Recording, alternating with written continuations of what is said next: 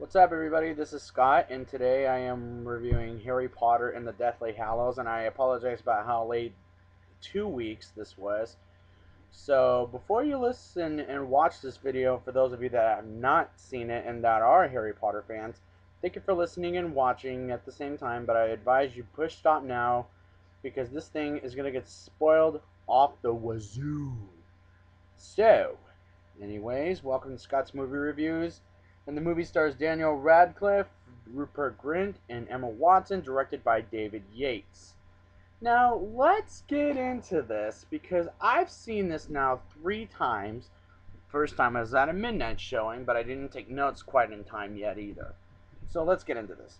Picking up from where Harry Potter and the Deathly Hallows Part 1 left off, Voldemort, played by Ralph Fiennes, grabs the Elder Wand and shoots it off the sky like this. And Snape takes over the school while Harry Potter, played by Daniel Radcliffe, Ron Weasley, played by Rupert Grint, and Hermione Granger, played by Emma Watson, ask Grifhook questions about the Deathly Hallows as well as the Wand Seller, played by John Hurt. Harry wants to get into Bellatrix Lestrange's vault, who Bellatrix is really played by Helena Bonham Carter. So Hermione and Ron disguise themselves as one of the villains of the film at the Green God's Bank to destroy the one out of 4 things to destroy, with Hermione disguised as Bellatrix and Ron as the other guy from Voldemort's group. As they get into the Green God's Bank, as they enter Bellatrix's vault, Grifhook betrays them, and as he gets the sword, Harry, Ron, and Hermione almost get killed as they get a dragon to get a way out and rides on the dragon and gets to the ocean. Harry sees Voldemort in his mind, angry but scared. Like very frightened. Harry, Ron, and Hermione go to a town where they find Dumbledore's brother, Albufus. And then tells them about him and self, and then Dumbledore's sister. But anyways, Dumbledore's sister, I forgot what her name was, so my apologies there.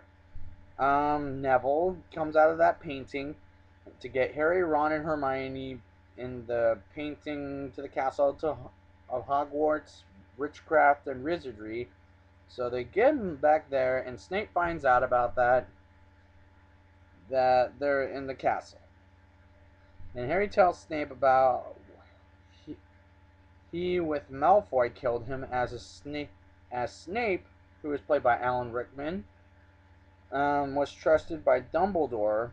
Snape trying to kill Harry, and Professor McGonagall, played by Maggie Smith, stops at nothing to get Snape out as Voldemort gets into the students' and staff's head by bringing Harry to Voldemort. Harry as well as the teachers, students, and stone soldiers go to battle with Voldemort. When his group arrives, Luna Lovegood tells Harry a ghost of Ravenclaw is here, and Harry talks to the ghost. Ravenclaw, I think this is the name. I forgot what her first name was, so my apologies there. I'm not a remembering kind of Harry Potter thing. But anyways, so Ravenclaw tells Harry where to find the second of 4 things to destroy.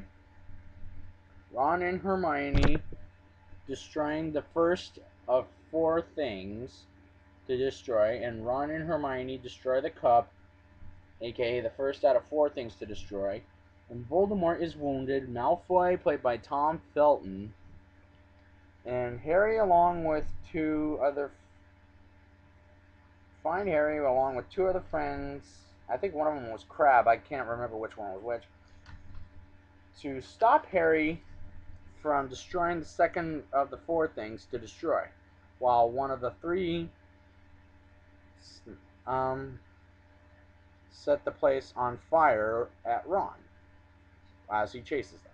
So Harry, Ron, and Hermione flies away And one of the three people from Malfoy's group, I think that was Crabbe that died, falls in the fire.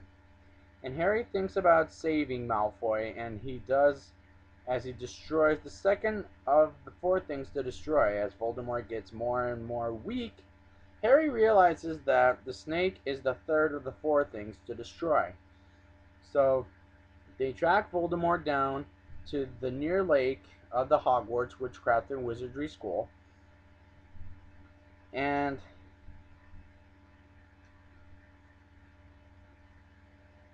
they get Snape gets killed. And when they get there, Snape gets killed, and Harry gets a tear on his eye as Snape is dying.